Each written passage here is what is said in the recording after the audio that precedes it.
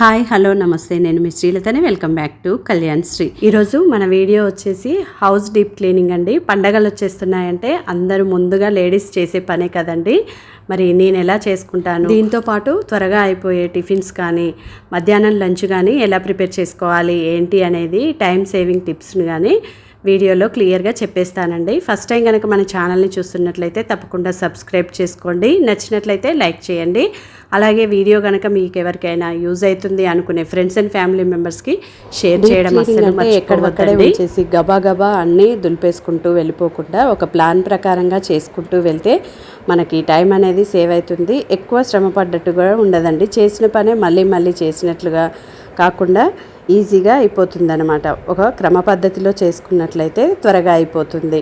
అలాగే ఇలాంటి పనులు పెట్టుకున్నప్పుడు త్వరగా అయిపోయే వంటలు కూడా చేసేసుకోవాలండి. నేనైతే ఎలా చేసుకుంటాను ఏంటి అనేది వీడియోలో క్లియర్గా చూపించేస్తానండి. మరి వీడియోని స్కిప్ చేయకుండా చివరి వరకు చూసేసినట్లయితే మీలో కొంతమందికైనా యూజ్ అవుతుందనే మీతో షేర్ చేసుకోవాలనుకుంటున్నానండి. మరి లేట్ చేయకుండా నేను ఏ విధంగా ప్లాన్ చేసుకుంటున్నాను, ఎలా చేసుకుంటున్నాను అనేది వీడియోలోకి వెళ్ళిపోయి చూసేద్దాం. ముందైతే మార్నింగ్ బ్రేక్ఫాస్ట్ని ఎలా రెడీ చేసుకోబోతున్నాను అనేది చూపిస్తానండి. నేను ముందు రోజే ఈ విధంగా బియ్యం పప్పుల్ని నానబెట్టేసుకున్నాను అనమాట. డీప్ క్లీనింగ్కి ఎవరైనా కానీ దోశలు ఇడ్లీలు చేసుకుంటారా, పని ఎక్కువ అవుతుంది అనుకుంటారు కదండి. అదేం కాదండి, త్వరగా అయిపోతుందనే నేను ఎప్పుడు కూడా ఇలానే చేసేసుకుంటాను. మీరు కావాలంటే ఉప్మా అయినా చేసేసుకోవచ్చు అనమాట. 2 కప్పుల నార్మల్ రైస్కి 1 కప్పు ఇడ్లీ రైస్ని వేసేసి, అలాగే 1 కప్పు వరకు మినపగుళ్ళని 2 సార్లు శుభ్రంగా కడిగేసుకొని ఒక 4 అవర్స్ నానబెట్టుకున్నానండి. ఇవి నానిన తర్వాత హాఫ్ అన్ అవర్ ముందుగా అదే కప్పుతోని 1/2 కప్పు వరకు లావు అటుకుల్ని నానబెట్టేసుకోవాలండి. ఇది గ్రైండ్ చేసుకునే లోపు మనకి అటుకులు అనేవి నానిపోతాయి. ముందైతే నేను మినపగుళ్ళని మెత్తగా ఫైన్గా గ్రైండ్ చేసుకున్న తర్వాత బియ్యాన్ని రుబ్బుకోమంటున్నానండి. బియ్యం అనేది కొంచెం బరకగా రవ్వరవ్వలాగా ఉండేలాగా గ్రైండ్ చేసుకోవాలన్నమాట. నేను రేషన్ బియ్యం కాకుండా రైస్కి వండుకోవడానికి ముడి బియ్యం వాడుతాను కదండి, అదే రైస్ని వేసేసి 1 కప్పు వరకు ఇడ్లీ రైస్ని కూడా వేసేసుకున్నాను. అలాగే 1 స్పూన్ వరకు మెంతుల్ని కూడా వేసేసుకుని గ్రైండ్ చేసుకుంటున్నాను అనమాట. ఇలా మినపగుళ్ళని రుబ్బుకున్న తర్వాత రైస్ని అటుకులని కలిపి కొంచెం రవ్వలాగా చేత్తో తాకి చూసినట్లయితే రవ్వలాగా ఉండేలాగా గ్రైండ్ చేసుకోవాలండి. కొంచెం వాటర్ని కూడా వేసేసుకొని మధ్య మధ్యలో ఆపుకుంటూ గ్రైండ్ చేసుకుందాం. ఇలా రవ్వలాగా ఉండడం వలన దోశ అనేవి క్రిస్పీగా వచ్చేస్తాయండి. వీటితోని పొంగనాలు వేసేసుకోవచ్చు. అలాగే ఊతప్పం కూడా చాలా రుచిగా ఉంటుందండి. చూడండి, ఈ విధంగా మన బొంబాయి రవ్వ ఉంటుంది చూడండి, ఆ రవ్వలాగా ఉండేలాగా గ్రైండ్ చేసుకొని ఆ తర్వాత ముందుగా మనం గ్రైండ్ చేసుకున్న ఈ మినపప్పు మిశ్రమంలోకి వేసేసుకోవాలి. ఆ తర్వాత స్పూన్తో కానీ చేత్తో కానీ బాగా మిక్స్ చేసుకోవాలండి. చేత్తో కనుక బాగా మిక్స్ చేసుకున్నట్లయితే పర్మెంటేషన్ అనేది చక్కగా జరుగుతుందన్నమాట. ఇలా ఒక 5 to 10 మినిట్స్ బాగా మిక్స్ చేసుకున్న తర్వాత అంతా నీట్గా చేసేసుకొని మూత పెట్టేసి ఓవర్ నైట్ అలాగే వదిలేసేయాలి. బ్యాటర్ కన్సిస్టెన్సీ చూడండి, కొంచెం గట్టిగానే గ్రైండ్ చేసుకున్నాను. ఎందుకంటే ఇది నేను 2 డేస్కి వాడుకుంటాను కాబట్టి కావలసినంత తీసుకొని వాటర్ని వేసుకొని దోశలు వేసుకుంటానండి. ఆ తర్వాత ఇలా కింద ఒక వెడల్పాటి ప్లేట్లో పెట్టేస్తున్నానండి. ఒకవేళ ఇది పొంగిందనుకోండి ఆ ప్లేట్లోనే పడిపోతుంది. ఇలా మూత పెట్టేసి పక్కన పెట్టేసుకుంటున్నానండి. నెక్స్ట్ డే చూపిస్తా చూడండి, పర్మెంటేషన్ అనేది చక్కగా జరిగింది. పిండి అనేది కిందకి ఏం పొంగలేదండి.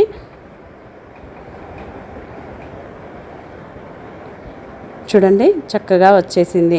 ఇప్పుడు అంతా ఒకసారి బాగా మిక్స్ చేసుకొని కావాల్సినంత ఒక గిన్నెలోకి తీసేసుకొని మిగతాది ఫ్రిడ్జ్లో స్టోర్ చేసుకున్నట్లయితే నెక్స్ట్ డే కానీ ఈవినింగ్ స్నాక్స్ లాగా కానీ వేసుకోవడానికి బాగుంటుందండి. ఇలా చూడండి, నేను కొంచెం తీసి పక్కన పెట్టేసుకుంటున్నాను. మిగతా దాంతో దోశలు ఎలా వేసుకుంటాను అనేది చూపించేస్తాను. ఇప్పుడు ఈ బ్యాటర్ని ఇలా పక్కన పెట్టేసి నేను ఉల్లికారం దోశలు వేసుకుందామని మిక్సీ జార్లోకి మీడియం సైజ్ 2 ఉల్లిపాయల్ని మీడియం సైజులోకి కట్ చేసుకొని వేసుకున్నానండి. 6-7 ఎండుమిర్చిని కూడా వేసేసుకుంటున్నాను కట్ చేసుకొని. చూడండి, ఇలా కట్ చేసుకొని వేసుకోవడం వలన లోపల ఏమైనా పాడైపోయి ఉంటే తీసేసుకోవచ్చండి. మీరు కావాలంటే అలాగైనా వేసేసుకోవచ్చు అనమాట. ఆ తర్వాత ఒక 3 నుంచి 4 వరకు వెల్లుల్లిని, కొంచెం చింతపండుని, రుచికి సరిపడినంత సాల్ట్ని, కొంచెం వాటర్ని వేసేసి కావాలనుకుంటే మరికొంచెం వాటర్ని వేసుకుంటూ వీలైనంత ఫైన్గా గ్రైండ్ చేసుకోవాలండి. వేడి నీళ్ళే తీసుకోవాలండి. ఆ తర్వాత ఇప్పుడు దోశ ప్యాన్ అనేది స్టవ్ మీద పెట్టేసుకొని ప్యాన్ అనేది వేడెక్కేలోపు బ్యాటర్లోకి సాల్ట్ని వేసేసి ఆ తర్వాత కొంచెం వాటర్ని వేసుకొని ఇలా కలుపుకోవడం వలన సాల్ట్ అనేది ఈ పిండిలోకి బాగా కలిసిపోతుందండి. ఈలోపు మనకి ప్యాన్ అనేది చక్కగా వేడైపోయింది. ప్యాన్ వేడెక్కడంలోనే ఉంటుందండి దోశలు అనేవి చక్కగా వస్తాయి. ఆ తర్వాత ప్యాన్ మీద కొంచెం ఆయిల్ని వేసేసి ప్యాన్కి అంతా స్ప్రెడ్ చేసుకున్న తర్వాత ఇలా దోశ బ్యాటర్ని వేసేసుకొని ఇక్కడ చూపించిన విధంగా స్ప్రెడ్ చేసేసుకోవాలి. ఇలా వేసేసుకున్న తర్వాత పిండి తడారిపోయినాక గ్రైండ్ చేసి పక్కనే ఉంచుకున్న ఈ ఉల్లికారం మిశ్రమాన్ని దోశ మీద వేసేసి దోశకంతా కూడా స్ప్రెడ్ చేసుకున్న తర్వాత కొంచెం ఆయిల్ని ఇలా వేసేసుకొని స్టవ్ అనేది మీడియం టు లోలోనే పెట్టేసుకొని ఈ దోశల్ని ఫ్రై చేసుకోవాలండి. ఆ తర్వాత కింద వైపు చక్కగా ఫ్రై అయిన తర్వాత మధ్యలోకి ఫోల్డ్ చేసి ఇటువైపు కూడా తిప్పుకున్న తర్వాత వేడివేడిగా సర్వింగ్ ప్లేట్లోకి తీసుకొని సర్వ్ అవుట్ చేసేసుకోవడమే. ఇంకా చట్నీతో పని లేదండి. ఈ ఉల్లికారంతోనే తినేస్తే చాలా బాగుంటుందన్నమాట.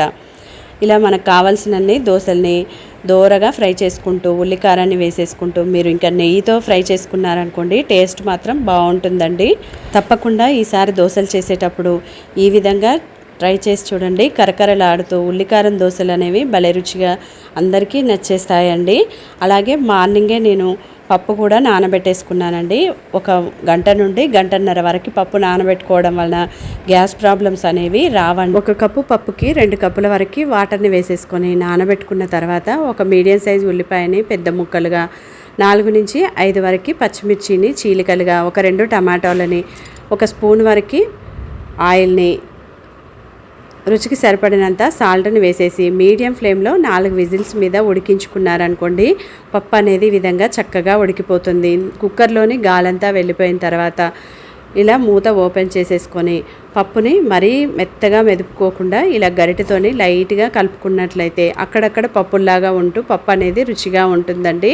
కొంచెం వాటర్ని కూడా వేసేసుకుంటున్నాను. మీరు కన్సిస్టెన్సీని చెక్ చేసుకుంటూ వేసుకోవాలి. అలాగే పోపు కోసమని ఉల్లిపాయలు, పచ్చిమిర్చి, అల్లం, వెల్లుల్లిని కూడా కట్ చేసుకొని రెడీగా ఉంచుకున్నాను.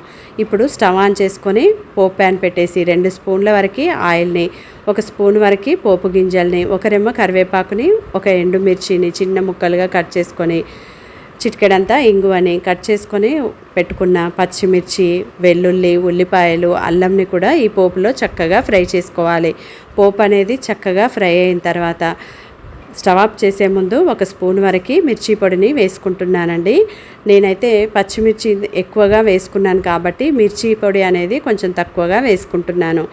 ఆ తర్వాత మనం ఇలా రెడీ చేసుకొని ఉంచుకున్న ఈ పప్పు మిశ్రమంలోకి పోపుని వేసేసి అంతా ఒకసారి బాగా మిక్స్ చేసుకొని ఒక 5 to 10 మినిట్స్ వరకు మీడియం ఫ్లేమ్లో ఒక పొంగు వచ్చేలాగా ఉడికించుకున్నట్లయితే మనకి కమ్మటి పప్పు అనేది చక్కగా రెడీ అయిపోయిందండి. చూడండి ఈ విధంగా ఒక పొంగు వచ్చేసిందంటే మనకి పప్పు రుచి అనేది చాలా బాగుంటుంది. కొంతమంది అయితే పోపు వేసి ఆ తర్వాత అలాగే తినేస్తారండి. అలా కాకుండా ఈసారి ఇలా ఒకసారి ట్రై చేసి చూడండి. దింపిన తర్వాత కొంచెం కొత్తిమీరని వేసుకుంటే ఫ్లేవర్ఫుల్గా చాలా బాగుంటుందండి.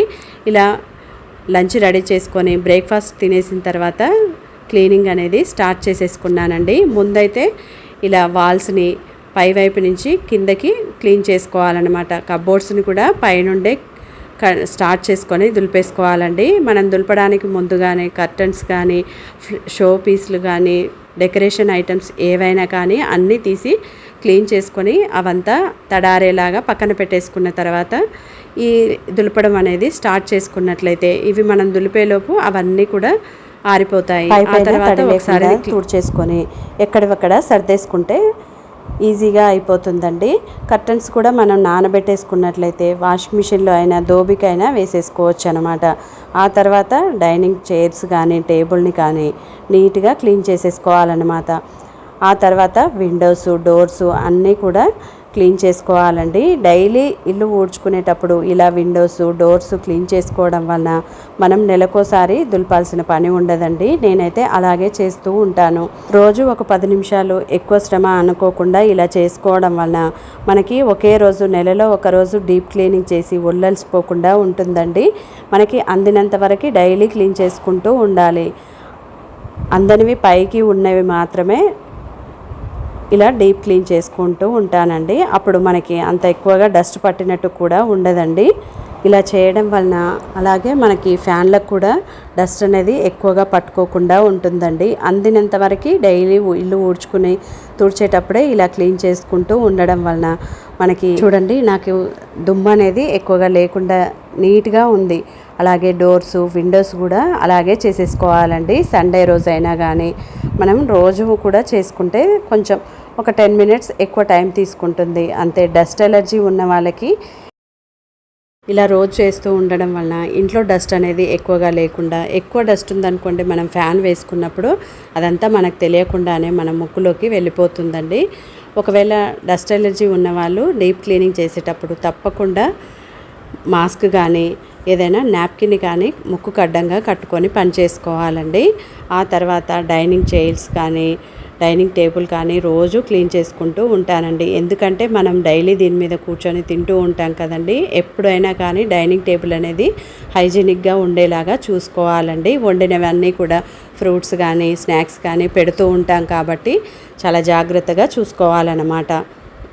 ఈ వీడియో చూసేవాళ్ళు నేను బాగా తెలిసిన వాళ్ళైతే మీ పిల్లలు ఇద్దరు హాస్టల్లో ఉంటారు, మీకేం పని ఉండదు కాబట్టి మీరు రోజు కూడా క్లీన్ చేసుకోవడానికి అవుతుంది, మాకైతే పిల్లలు ఉన్నారు అనుకుంటున్నారేమోనండి. మా పిల్లలు ఇంటి దగ్గర నుండి స్కూల్కి వెళ్ళేటప్పుడు కూడా నేను ఇదే విధంగా చేసేదాన్నండి.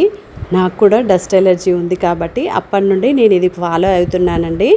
ఇది చక్కగా యూజ్ అవుతుందండి. తప్పకుండా ఇలా చేసుకోండి, మీకు కూడా యూజ్ అవుతుందనే మీతో షేర్ చేసుకుంటున్నాను. ప్రతి ఒక్కరికి కూడా ఇప్పుడు డస్ట్ ఎలర్జీ అనేది ఉంటుందండి. ఆ తర్వాత స్టవ్ని కౌంటర్ టాప్ని అంతా క్లీన్ చేసేసుకున్న తర్వాత నెక్స్ట్ గిన్నెలు ఏమైనా ఉంటే అవన్నీ కూడా కడిగేసుకొని అవన్నీ కబ్బోర్డ్లోకి సర్దేసుకోవాలండి. నేను ఈ మధ్యనే కాళ్ళ నొప్పులు అని చెప్పేసి మేడ్ని పెట్టుకున్నాను, కానీ అంతకుముందు అన్నీ చేసేసుకునేదాన్ని అనమాట. ఆ తర్వాత ఇలా ముందుగానే నేను ఇలా ఫ్లవర్ వాజ్ని షో పీస్ని కూడా అన్నీ కడిగేసి ఎండలో పెట్టేశానండి. అవన్నీ కూడా చక్కగా ఆరిపోయాయి.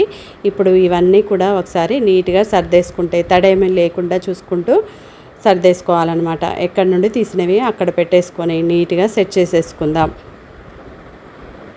కొంచెం సర్ఫ్ వాటర్లో వేసేసి 2 సార్లు ముంచి తీసామనుకోండి డస్ట్ ఏమైనా ఉంటే నీట్గా వచ్చేస్తుందండి.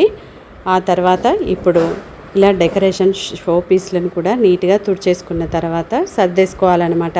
అలాగే డీప్ క్లీన్ చేసేటప్పుడు బెడ్ని కూడా శుభ్రం చేసేసుకోవాలండి. బెడ్ని అంతా తీసేసి కాట్ని శుభ్రంగా చేసేసుకున్న తర్వాత మళ్ళీ న్యూస్ పేపర్ని వేసి బెడ్ వేసుకోవడం వలన డస్ట్ అనేది ఎక్కువగా లేకుండా ఉంటుందండి. దానిపైన చిన్న చిన్న చీమలు లాంటివి పురుగులు లాంటివి రాకుండా కూడా ఉంటాయి.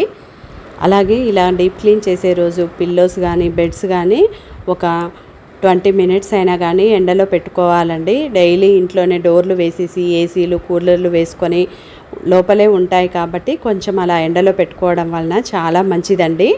ఇలా పెద్ద ఏనుగులు ఇంట్లో ఉంటే చాలా మంచిదని ఎవరో చెప్తే విని తీసుకున్నానండి. చాలా బాగుంటాయండి, ఇవి చాలా పెద్దగా ఉంటాయి. అలాగే మా పాపకి ఈ బొమ్మలు అంటే చాలా ఇష్టం అండి. ఇది ఫ్యామిలీ లాగా చూస్తూ ఉంటుందన్నమాట. తను వాళ్ళ మమ్మీ డాడీ తను అన్నయ్య అని చెప్పుకుంటూ వచ్చినప్పుడు ఆడుకుంటూ వెళ్తూ ఉందండి. మరి చిన్న పాప ఏం కాదండి, బీటెక్ మా పాప. ఇవి క్లీన్ చేస్తూ ఉంటే మా పాపనే గుర్తు చేసుకున్నాను. తనకి ఇవి అంటే చాలా ఇష్టం, జాగ్రత్తగా క్లీన్ చేసి పెడుతూ ఉంటానండి. ఇవి తీసినప్పుడల్లా మా పాపనే గుర్తొస్తూ ఉందండి. అలాగే కిచెన్లో మనం స్టోర్ చేసుకునే డబ్బాలు అన్నీ కూడా ఎప్పటికప్పుడు క్లీన్ చేసేసుకుంటూ ఉంటానండి. అయిపోగానే పోసే ముందు ఒకసారి క్లీన్ చేసేసుకొని పెట్టుకోవడం వలన ఒకేసారి కూర్చొని కడగాల్సిన పని లేకుండా ఈజీగా అయిపోతుందండి. మొత్తానికి అన్నీ సర్దేసుకున్న తర్వాత చూడండి ఈ విధంగా రెడీ అయిపోయిందనమాట. అంతేనండి. మరి ఈ వీడియో ఎవరికి కూడా బోర్ కొట్టకుండా టైం అనేది వేస్ట్ అవ్వకుండా ఉందని అనుకుంటున్నానండి. యూజ్ అవుతుంది అనుకునే వాళ్ళకి తప్పకుండా షేర్ చేయండి. ఇప్పటి వరకు ఎవరైనా ఛానల్ని సబ్స్క్రైబ్ చేసుకున్నట్లయితే తప్పకుండా సబ్స్క్రైబ్ చేసుకోండి. Thanks for watching. See you in next video.